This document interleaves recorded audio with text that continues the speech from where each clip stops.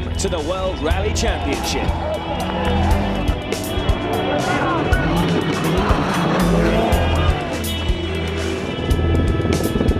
We're back in Portugal after a 5-year absence. It's an event where the action is impressive and the fans turn out in their thousands. Plus, it was voted the best rally of the season on 6 occasions. But after 2001, the rally lost its slot in the calendar. And after 2 years as a candidate event, Portugal returns. But this time there's a difference. The rally has moved south to the holiday region of the Algarve, making it a new event for almost all the drivers. I think this is some of the most difficult stages I've ever done in my whole life. It's so unseen over crest, and I think the second day of the rally is going to be very, very tricky. It's not that fast, but you are just going over the crests all the time, and it's you know, very flowing but turning. They are mixed of everything a little bit, mixed of Mexico, Sardinia, maybe sometimes Greece a little bit. It's a lot of corner behind some crest, some long corner tightening. To be very fast there you have to take some chances. Marcus Gronholm still leads the championship by 4 points after his second place in Mexico. He has bittersweet memories of Portugal and it crashed on his first 4 outings here.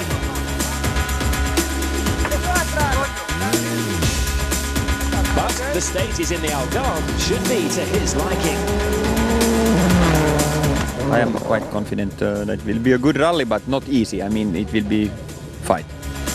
But he'll be keeping a close eye on his rival, Sebastian Loeb. The Frenchman notched up his 30th WRC win in Mexico, which in turn helped him move into second in the championship.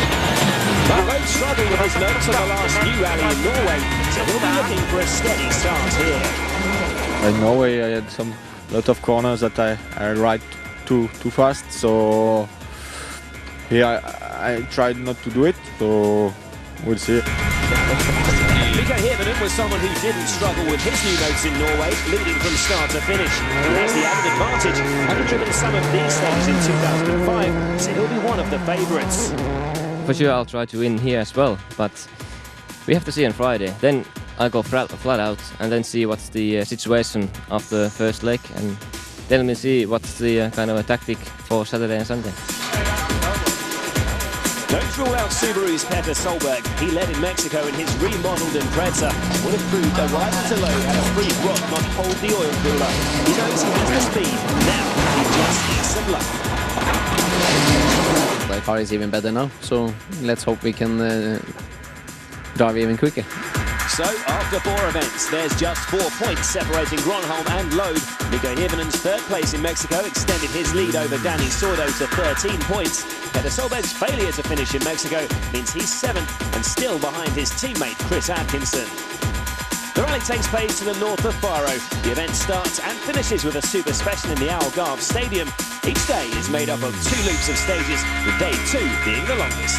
In all, the drivers will tackle 18 tests, which equates to 357 competitive kilometres. Coming up, the rally world is going green. We look at the OMB team's carbon neutral project. The fans turn out in force for this rally, but this year the organisers are ready for them. Sebastian Loeb is the most successful driver ever. We try to find out what makes him so special.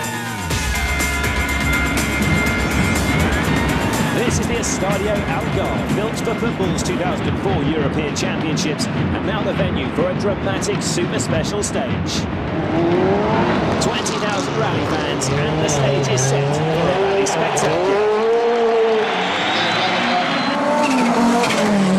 Portugal's return to the WRC starts with memories of past heroes. And then it's the turn of today's stars. Instead of 22 men and a ball, try 2 men and 300 brake horsepower.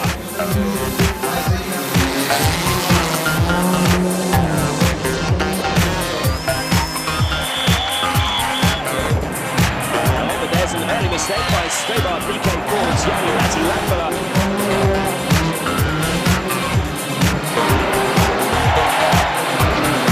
Now this is, as I said the spectacle, so stage times aren't the only things that matter. It's also a place to strut your stuff in front of the masses, and some do it better than others. And what better way to win the openers than by donning their colours? The consummate showman, Gigi Gali, puts on the Portuguese football team shirt, and don't the fans love it? Not much to beat that, though for the record, the fastest time comes courtesy of Marcus Grönholm. The Finn is 2 seconds quicker than anyone else.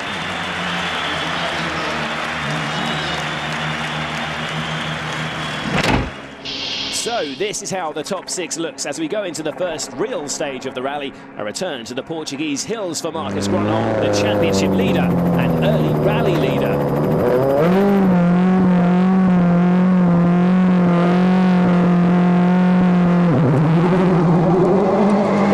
He needs to come out of the blocks quickly. In Mexico, he started slowly, and by the time he resolved all his niggling problems, he was too far off the lead to battle for the win.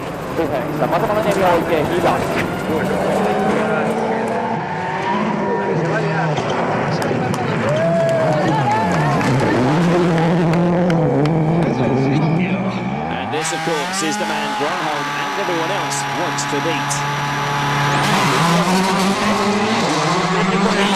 Sebastian Loeb took his second win of the season in Mexico, the 30th of his career, proof that the C4's great on gravel and that Seb's determined to defend his world title. Hirvonen shot into the spotlight recently. Promising podiums at the end of last year, leading to that win in Australia and this season's victory in Norway, the first new rally of the season. This, of course, is the second new event. He's definitely in the running. Lyhyt vasen KH sisältä ja nyt täys 7. Pitkä nyppy oikea laita jarru, vasen servo, takaviisto 7. We're back with Grönholm now. He's keen to extend that tiny 2.3 second lead carried over from the Super Special last night. 120. Toi kulma on saanut niin paljon iskuja nyt, että... As you can hear from his voice, there's something he's not happy about.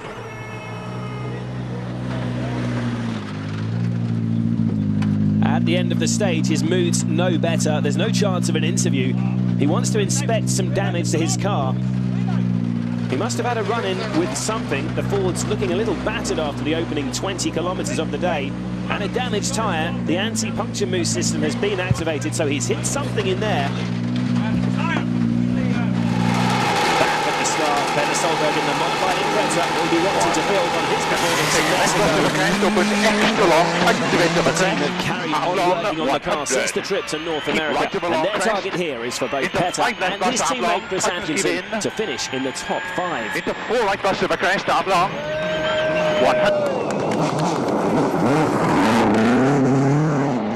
Sebastian Loeb, meanwhile, is still in the stage. At the splits against, he's not been able to nibble away at Grönholm's advantage. These stages are twistier on the whole than those of Mexico. The C4, though, wider than the Zara, still seems good in technical sections, and Seb's a very neat driver. Nonetheless, he's 3 seconds slower than Marcus. Hirvonen 6th overall following the Super Special, but will be hoping to improve on that.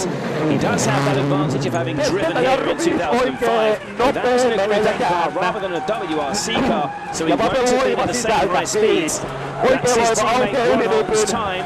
So what can Mikko do? Yes, he's 2 seconds faster than his teammate, now 2.9 seconds behind him overall, and he moves up the leaderboard. So perhaps his drive in 2005 has helped him. You're 2 seconds quicker than Marcus. It's obviously helped a little bit. Yeah, but it's... I remember the road, but I don't know how fast I can go with World Rally car, so it doesn't help so much. But, you know, the stages are really enjoyable anyway, so it's a good start. Danny Sordo's on stage now. He's been here for the last 2 years. So perhaps, like Mikko, he'll benefit. The team already have. The onboard information that he and Mark Marty supplied has assisted Citroen's preparation for the event. But despite last year, he still can't match Mikko's pace. Drops 3 places on the table. Rejoining Peter now, he's coming to the end of the stage. He and Loeb set exactly the same time in the Super Special last night. And with Loeb dropping time to Hirvonen and Grönholm in this stage, Solberg has a good chance to climb ahead of the world champion. So there's low stage time, and there won't be a great deal in it. Approaching the red boards 6 now. last half, long of the crest, 18. The Norwegian's faster, a second quicker than Seb, and he climbs above the Frenchman, taking third place overall. A lot of movements on the leaderboard. Gronholm still top, and now his teammate Hirvonen second, with Solberg in that final podium place. Lowe's just a second behind, closely followed by the other Citroen, Danny Sordo. It's a 4-1-2 at the moment, but that man Loeb is just 6 seconds behind the early leader, Gronholm. When you think of motorsports, you're unlikely to consider it as being environmentally friendly. Let's face it, they don't call rally fans petrol heads for nothing. But if you think the sports are responsible, think again. This team, O&B Kronos Citroen, are part of a green vanguard in the WRC. We neutralized our rally team, therefore we are the first carbon neutral World Rally team in the FIA World Rally Championship. They already developed a rally car that runs on natural gas. The Mitsubishi competes in the Austrian National Championship. Their latest green policy is to offset their carbon emissions by first calculating the team's carbon footprint. Their premises account for 1.8 tonnes of emissions. Then there's fuel, the rally cars, HDVs and recce cars. Another 77 come from deliveries. Hotel nights cost a surprising 99. But here's the biggie. Air travel responsible for 1,336 tonnes of CO2 emissions. With the help of the carbon neutral company, the 1,776 tonnes of carbon emissions are translated to €31,000 worth of support for renewable energy schemes around the world. Acting responsibly for a rally team is great because it sends a great signal to the sport and perhaps to other sports that they've got to realise the impact of having these events is creating a massive amount of emissions and they can do something about it. But isn't it a bit far-fetched to hope the whole WRC could go green? Not according to Bridget Mulrich. I guess it's not an expensive process. It's absolutely possible for the whole World Rally Championship because the costs are about Euro 31,000, and we offset 2 cars for 16 runs during the World Rally Championship, including the flights, including hotel nights, including everything. So it could be easy that the whole World Rally Championship is carbon neutral. Let's get back to the action now, and after 2 stages, Marcus Gronholm leads from teammate Nico Hirvonen with Petter Solberg third. And Ford's moved in despite the damage we saw to his focus at the end of stage 2. Takes his second stage win on 3. Marcus's rally lead extended to just under 10 seconds. An advantage of just 4 points in the drivers' standings. He'll be desperate to stay ahead.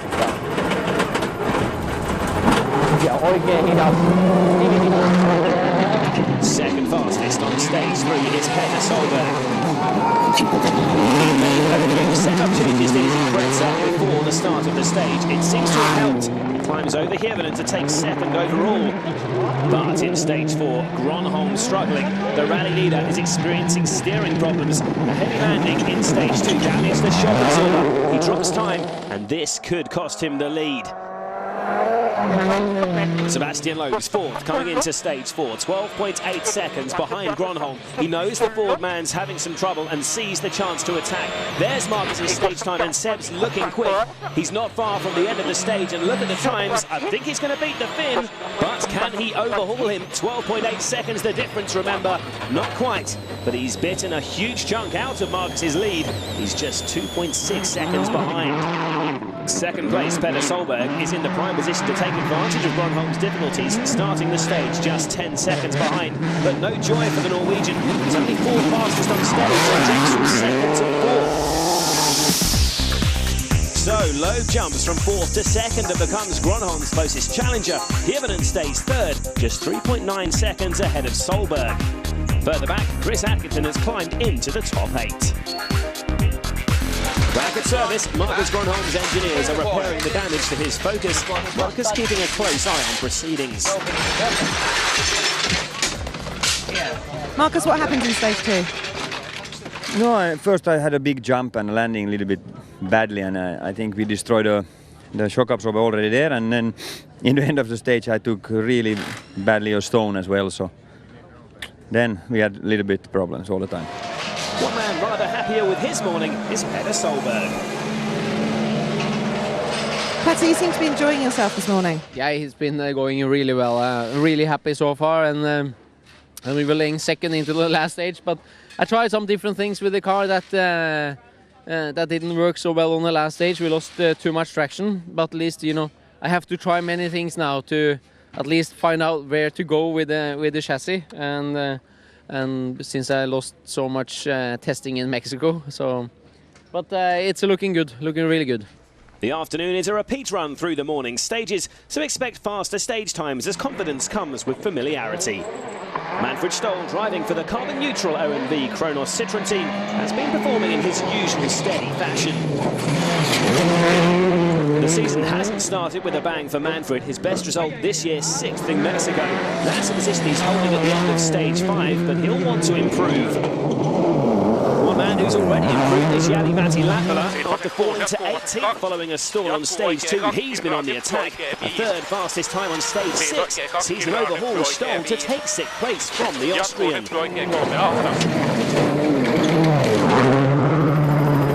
With his car repaired, Marcus Grönholm's also in the mood to put in some barnstorming performances. His rally leads just a tiny 2.5 seconds, remember, with Sebastian Loeb snapping at his heels. He wins stage 5, increasing his advantage to 6 seconds. But on the next stage, it's a different story. Whether it's tyre wear, setup, or simply a better drive, this stage suits Seb. No one can match him. He leads Marcus by 4.5 seconds. Martin between them cut to just a 1.5 seconds overall. So 2 left minus. Petter Solberg was second fastest on stage 5, closing to just a second off Nico Hiervinen in third. So a chance to move back onto the podium with a good drive on stage 6. That ends his hopes of overtaking Nico. Instead, he drops further back. Keep in the crest, 14, 6 left. But if you thought Petter had problems, Martin Prokop competing in the FIA Junior Championship, proving that a little mistake can have huge repercussions. Amazingly, neither driver or co-driver suffered any serious injury, which is more than can be said for their car. After stage 6 then, the only real mover or shaker is Latvala, up to 6th with Stoll now 7th. Grönholm's lead over Loeb's looking very fragile, and there's not much between Hiervinen and Solberg either.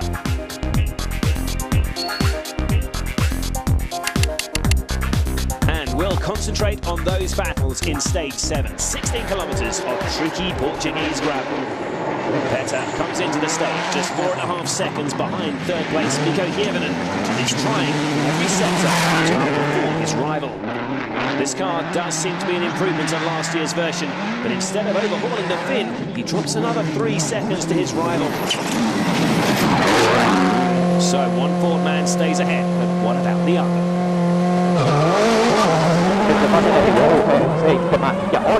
Marcus Grönholm has one of the toughest tasks in the WRC, trying to keep Sebastian Loeb behind him. You can feel the way his back is going that Loeb smells blood and is in for the kill, so Marcus has to put in a superlative performance. Back at the stage start, Seb's waiting for the signal to go.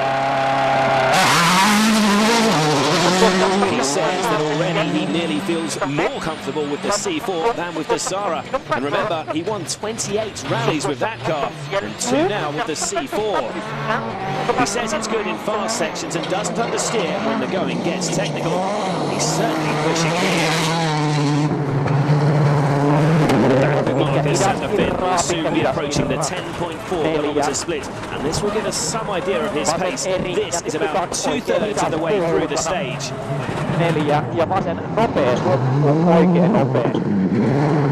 There's the split time, 7 minutes and 10.3 seconds. And we'll ride with Seb now through that section and see what his time is through the split. The first run through this test gave Seb his first stage win in Portugal. He was 10 seconds faster than Marcus, remember. Right, he's coming to that split now. looking nice and smooth. 7 minutes, 6.1, that's 4.2 seconds faster, and that's enough to take the lead at this point. Remember, he's just a second and a half behind overall, so Marcus would have to put in a serious push over the final 6 kilometres if he's to have any hope. It may be too late for him, there's not far to go now. The pressure's really on the Ford man. This is his favoured surface, and to win the championship he needs to better the Frenchman's results on gravel, and Seb's already beaten him in Mexico. That's not a bad stage time though from Marcus. Seb had that advantage at the split. It's possible, of course, that he's dropped time in the later part of the stage, so let's see what he can do.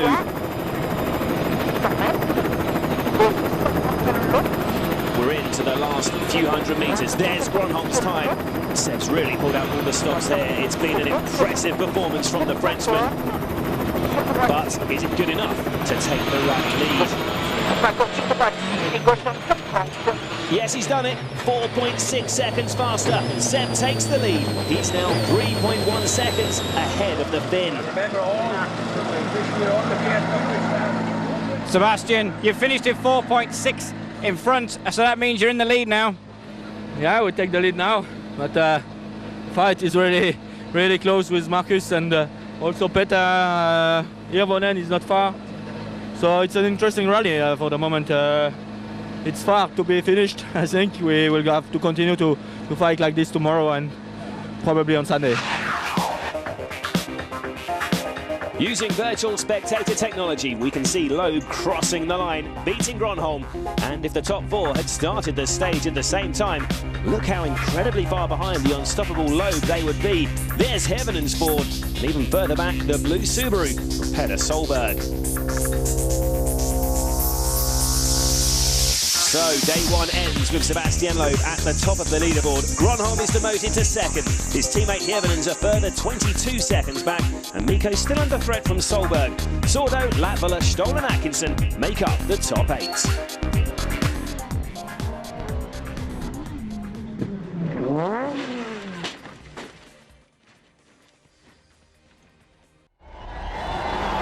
Well done if you realise that we've gone back in time to the 1990s, in fact.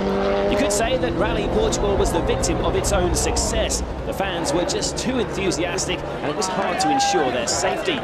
Another reason why it lost its WRC status was the weather in the north of the country where the rally was held. The rain in 2001 turned it into a mud bath.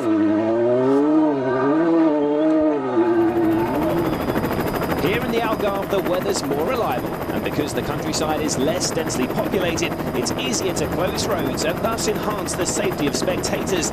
What's more, the region's keen to help the organisers. The people are very concerned about how things are going and how things are running, especially on the safety reasons because of the continuity of the rally in the World Rally Championship. And this is something that everyone in Portugal likes very much, the sport, and they are very interested in remaining with the rally in the WRC Championship. And they understand they have to help the organization to keep the rally on the WRC.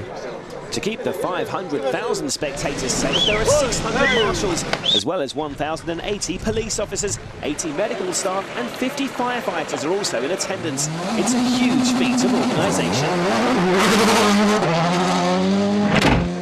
Before we rejoin the action on day 2, let's catch up with a couple of stories from lower down the leaderboard. Gigi Gali, who was a star of the Super Special, has made rather less of an impact on the stages. He's running 12th. Just ahead of him in 11th place is Henning Solberg for Stobart VK Ford. The Norwegian says he's lacking in confidence. Fritz Guyworth is in his second outing in his Ford Focus. The disappointment in Norway when he got sucked into a snowbank. He's keen to get some kilometres under his belt to learn the car, but that won't help his education. His participation in Rally Portugal ended on stage 3. You're right. Get out. I don't believe it. Get out. So back to day 2, and the Algarve's weather might be more reliable, but even so, it's raining, and that makes tyre choice more critical. What's the right compromise between pace, durability and grip? Only time will tell. Out on stage 8, Jari-Matti Latvala, who ended day 1 with 2 third-place stage times, is an impressive 6th place overall. He's an young driver, but he does have the tendency to make the odd mistake. And that's just what happens here. He's the first to misjudge the grip levels in these tricky wet conditions, but at least he survives.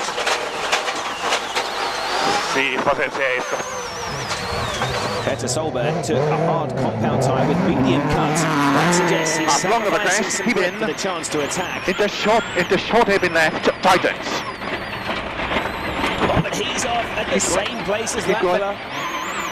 Co-driver Phil Mills says carry on through the safety tank and on their way. Not too much time lost.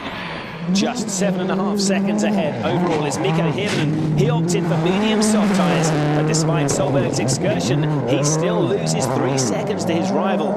His teammate Marcus Grönholm, now 2nd overall, has taken a different tyre choice, medium hard. He's been faster than Sebastian Loeb on the early splits, but the Frenchman is starting to catch him. Marcus, the split times were all promising in your favour, and then just at the end you've lost out. Yeah, I think it was a little bit slippy. More slippy in the end, and he have better tires for that, but he will be destroyed in the next 2, I'm sure.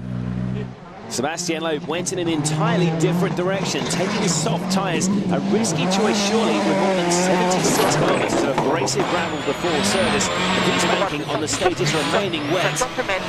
Well, he was down on the early splits, but by the end of the stage, he's closing right up on Grönholm, and he might even beat the Finn here.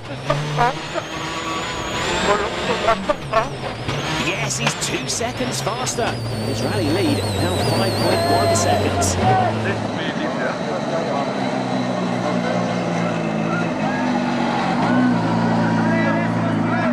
I had to push hard. The conditions are really slippery. We have some softer tires, so I think it's in this one. For me, I think it was a good choice. So we'll see in the next stages. If it's drying, it's not good for me. Well, Grönholm was wrong about his harder tyres coming good on the next stage. He dropped another 5.8 seconds to Loeb on stage 9. Still pretty tight at the top though, and there's that battle for 3rd. But further down the table, there are already big margins between the drivers. On to stage 10, Almodovar, and Citroën team boss Guy Frekkeland is heading out to the hills to watch his drivers. While he takes his chopper ride, let's catch up with Chris Atkinson, who's under pressure now from the chasing Daniel Carlson, just half a second behind overall. The Australian hasn't felt at all comfortable here, complaining yesterday the car's balance wasn't right. 9 right on Christine, then 9 left, minus 60, brake short right, 30. Well, you heard the driver shout. He knew this was coming. I think he missed a pace note there.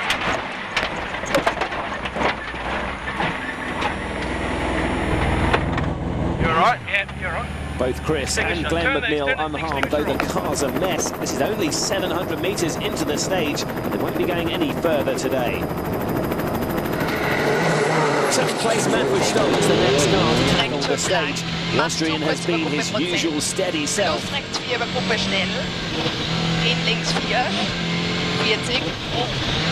But this will change all that. Exactly the same spot where Atkinson went off. But Manfred is able to continue, though he tumbles down to 11th place. Meanwhile, Guy Frekkeland's found a good place to view the action. It's important to see the handling of the car, the comportment, and to compare our car to the other cars, and also the driving of the drivers. Marcus Grönholm, remember, hoping to pick up the pace here. The splits do suggest that he's the fastest man on stage so far. He was convinced that these stages would be drier and that Seb's soft tyres would be destroyed. But what does Guy think? So Guy, describe for me Marcus's style there. Yes, and this dry condition, he stay on the rails, and he's very clear in this driving. We are waiting now for Sebastian with soft tires. Probably that it's more, it's different, it's more slide. Loeb looks pretty good to me, but what does his boss have to say?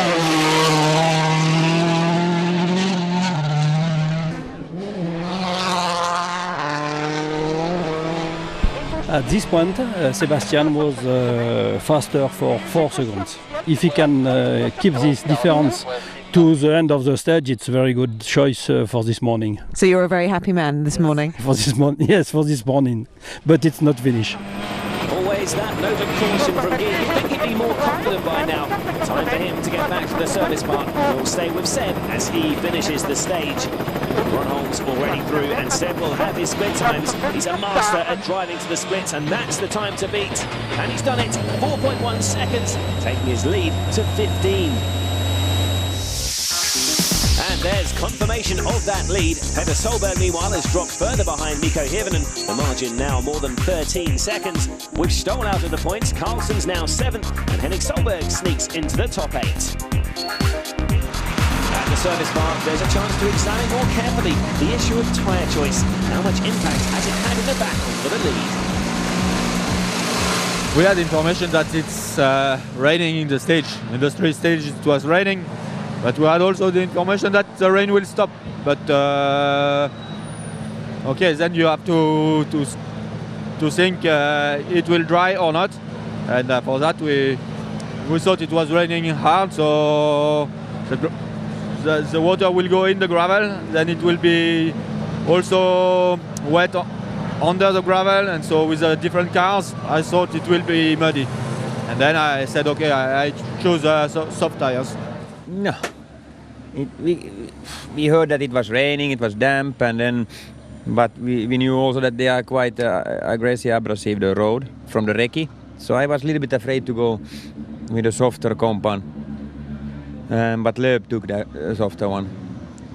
So I had no other choices than to take the 9 compound what we have, and it was not so bad. I think I made the right choice. What can you do this afternoon? What I can do? I don't know.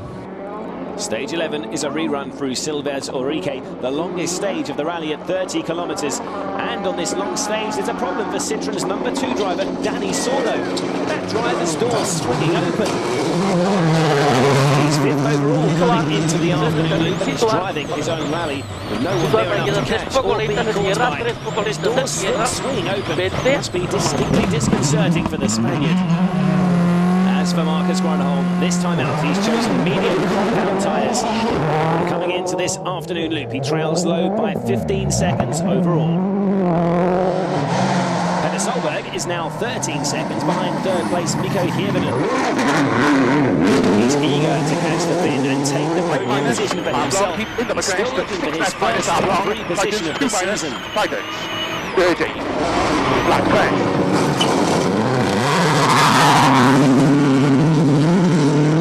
Back at the start, Seb knows he has to keep on the attack to keep the lead.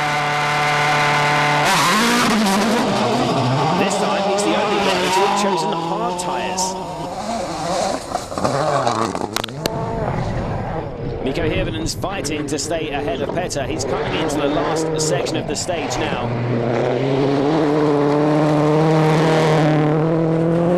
Solberg's already through Mikko's 13.3 seconds ahead of the Norwegian overall.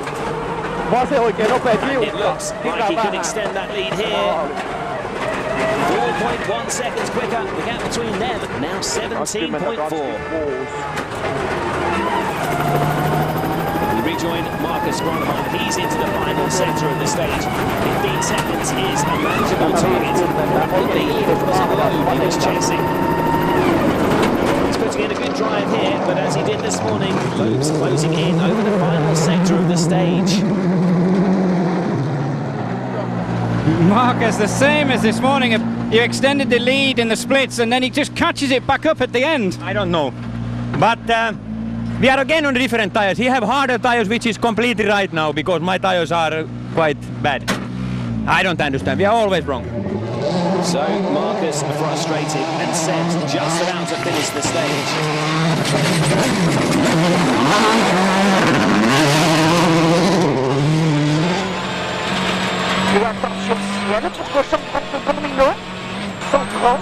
There's Gronholm's time. He's the fastest so far on this long stage, and we're into the last few hundred metres. There's not much in it, but Loeb wins again by 1.7 seconds. His lead now 16.7.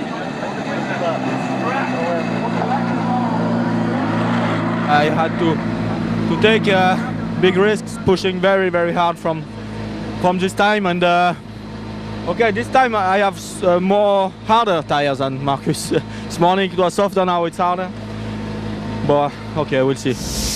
No changes in position. Those two battles still up for grabs. Both Gronholm and Petter Solberg will try to pile the pressure on their rivals. And in 8th place, Henning Solberg's now just 6 seconds behind Daniel Carlson. So to stage 12, Orique, which is just under 25 kilometres long. Henning Solberg made it into the points after the morning loop, saw the demise of both Atkinson and Stoll.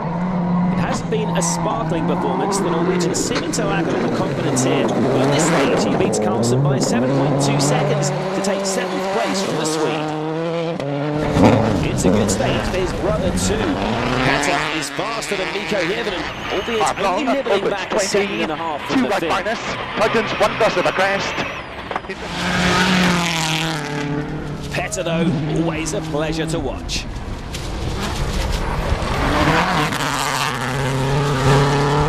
But there are problems for Marcus Gronholm. He's damaged his front suspension for the 2nd time this rally. That means the Focus isn't handling as well as it should, which will of course affect his pace. And what about Load? Is his choice of hard tyres still paying off? Well, he seems to have an almost psychic ability to predict the conditions, and once again all seems to be turning out well for him. Just sit back and watch a master at work. Potentiel 80 mètres, 310 Milo. Ciel, 330 points. Low Van Dalen win their 5th stage of the day, 10 seconds faster than Petter, more importantly 14 seconds faster than Marcus. And he makes it a clean sweep, winning stage 13-2. His rally lead now looking impregnable, 40 seconds ahead of Gronholm. Mikko Hirvonen's 3rd, but he's far from secure with Petter Solberg just 13 seconds behind in 4th.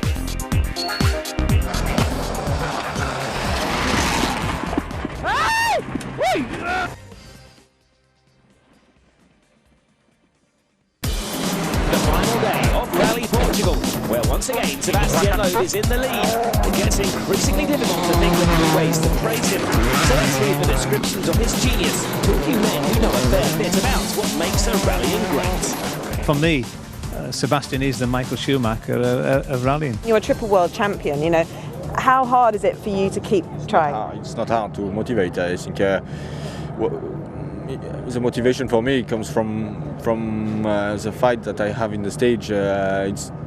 I don't think all the time I'm driving only for the title or for something. It's just because I like that, and I don't like to lose. I like to win. The plain truth is that his grandfather was from Finland, and that explains everything. Otherwise, he couldn't be so good. But he seems to have the mentality for it, and I never believed I could see that kind of mentality from a guy living in the south of France, because that was the strength for us from the Nordic countries in the old days. Oh, well, that's it's a mathematical equation gives an easy answer. He uses brake less than any other driver. I was dreaming to be one-time world champion. Now I'm 3 times. So okay, if I'm 4, it will be better. But if it's 3, it's not bad. So I think I reached my goal in running, and now it's more for the pleasure and because I like that I drive. And confirmation there of what's been another masterful drive from the 3-time world champion. Sebastian brings a lead of more than 40 seconds into leg 3. There are still 5 stages to go, and we start the day with the 17.5 kilometres of Lule Almodovar. Daniel Carlson dropped to 8th on the afternoon of day 2, but starts day 3 in fine form, overhauling Henning Solberg, retaking 7th.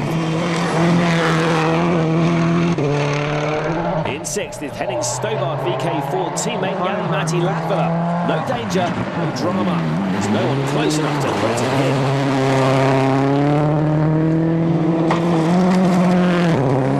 But 3rd place Mikko Hirvonen does have someone on his heels. Mikko fighting right there, and he starts the day just 13 seconds ahead of Petter Solberg. So far he's been unable to comprehensively beat the Norwegian though. Petter's out on the stage already.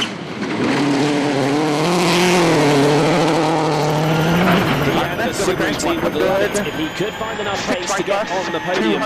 He's kept on snapping away at Hirvonen, just needs a few big stage performances. Back at the start, Sebastian Loeb waiting to get going.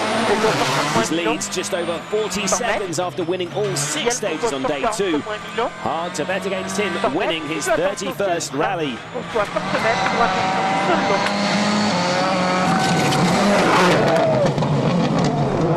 Meanwhile, coming towards the end of stage 14, here's Hirvonen. He said he simply couldn't understand how Seb Marcus were setting such fast times on day 2, but perhaps he's found out their secret because he's blazing through this stage. This is an excellent display. 13.5 seconds faster than his rival, now 26.5 ahead overall. Well, there's no sweat on you, don't look like you've done anything yet. No, I really tried that. I have to say, notes were just perfect. I could push quite easily, really hard, and you know, that's a fantastic stage. I really enjoyed it. Less fun for his teammate. Gronholm had something of a scare last night. The stewards found his car was about 5 kilograms underweight. He lost a few bits of bodywork in the course of the afternoon stages. The stewards' inquiry gave him the benefit of the doubt, but it could have easily been disaster for Ford.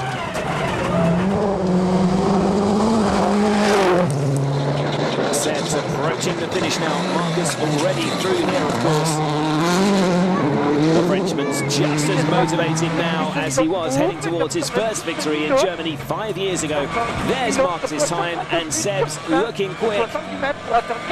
4 seconds faster. His lead 44.5 seconds. The day starting well for Seb.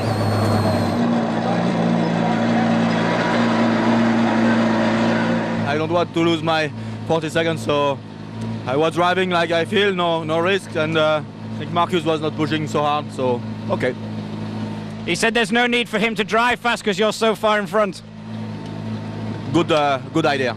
He's another 4 seconds faster in stage 15, so that lead now up to 48.5 seconds. Mikko beat Petter again too, the margin between them now 38 seconds. Those two battles appear to be resolved with 3 stages to go. It's the last service of the rally, and Mikko Hirvonen is pleased with his morning's work. Mikko, did you make a conscious effort this morning to push hard? Yeah, I did. Already last night.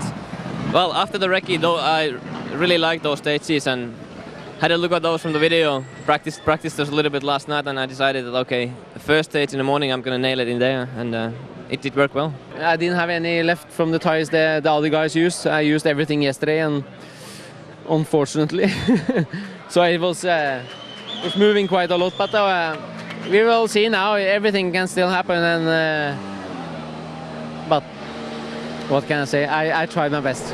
Stage 16 sees Marcus take 7.5 seconds out of Sebastian Loeb's lead. Too little, too late though. While Mikko again beats Petter to extend his lead over the Norwegian. On to stage 17, where there are problems for a homegrown driver. Portugal's Armindo Araújo blocking the stage after losing control of his Mitsubishi.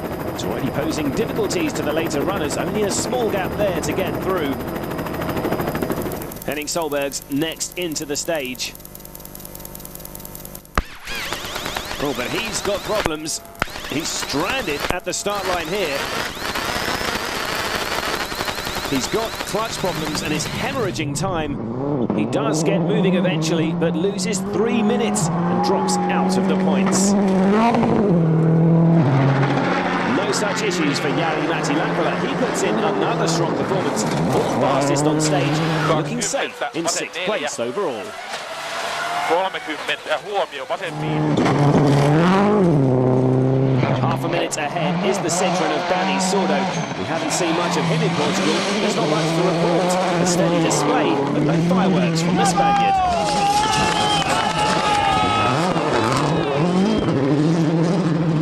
In 4th and losing ground to 3rd place, Mikko Hirvonen is Petter Solberg. The Subaru man has reported engine problems on the road section between stages 16 and 17. The new imprints are not completely free of glitches by the looks of it, but we're hoping it doesn't jeopardise 4th place. The last 5 to 7 kilometers, I didn't have any. It went on 3 cylinders, so I don't know what it is. Will it get you back to the super special? Yeah, but I will lose a lot of time. So I hope everything. At least I can go through there without any problems. All that, of course, is great news for Mikko Hirvonen. No need to push to the limit and risk going off. His great morning has paid dividends, and he can drive more conservatively this afternoon. After stage 17, he's nearly 1 minute and 26 seconds ahead of Solberg and is on course for his 13th podium position. Mikko, 1 stage to go. That looks like 3rd place, fairly secure now. Yeah, it looks very good at the moment. 1 stage to go, and I think I can manage that and get the 6 points. And it looks like both Fords will make it onto the podium. Marcus Gronholm is finishing the rally on a flyer, winning stages 16 and 17. For the team, this result, assuming this is how it ends, means they'll stay top of the standings, as will Marcus in the Drivers' Championship. Sebastian Loeb drops 7.5 seconds to Marcus on stage 17, but it doesn't matter.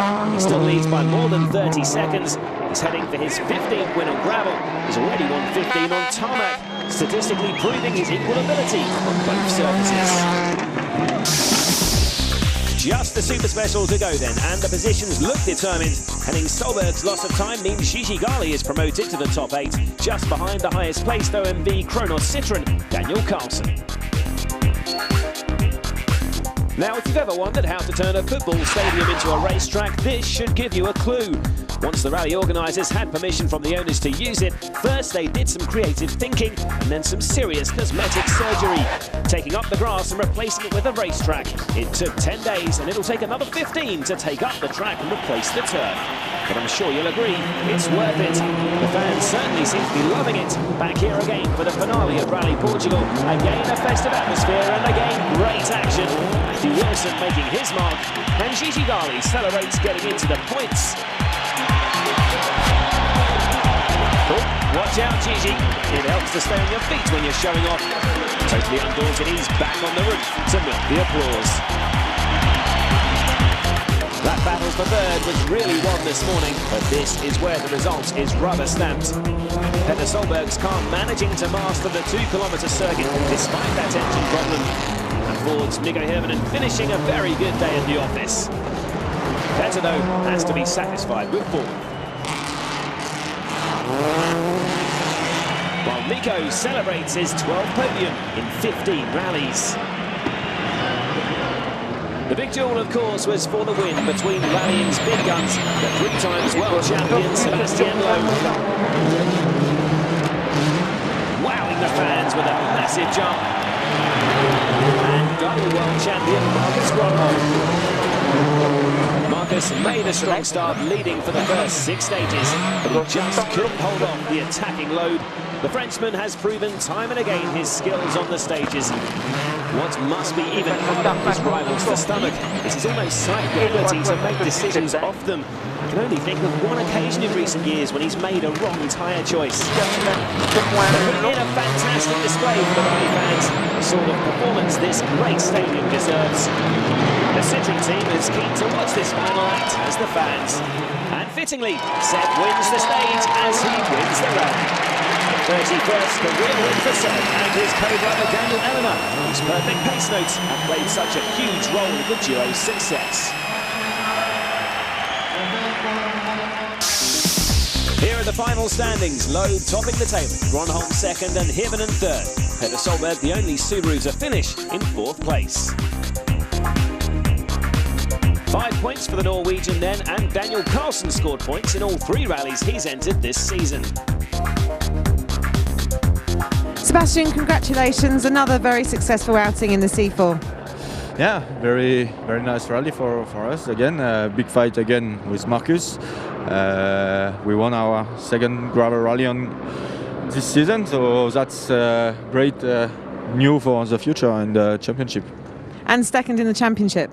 Still 2nd in the championship with 3 victories. Marcus won on 5 races and still 2nd. So it proves that it's really important to fight for the points, even if you cannot win. To finish 2nd is really important.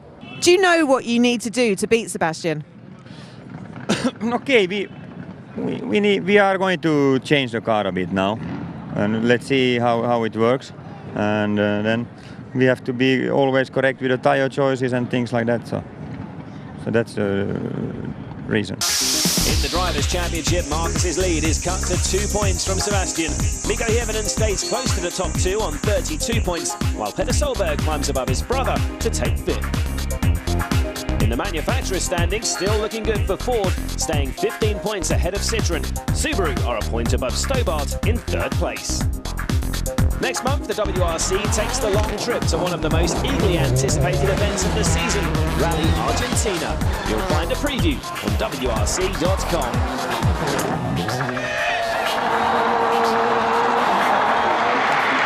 So Portugal's return to the WRC proves to be another happy hunting ground for this generation's greatest rally driver, Sebastian Loeb. We'll leave you with memories of the Algarve. Join us again next month in the Pampas.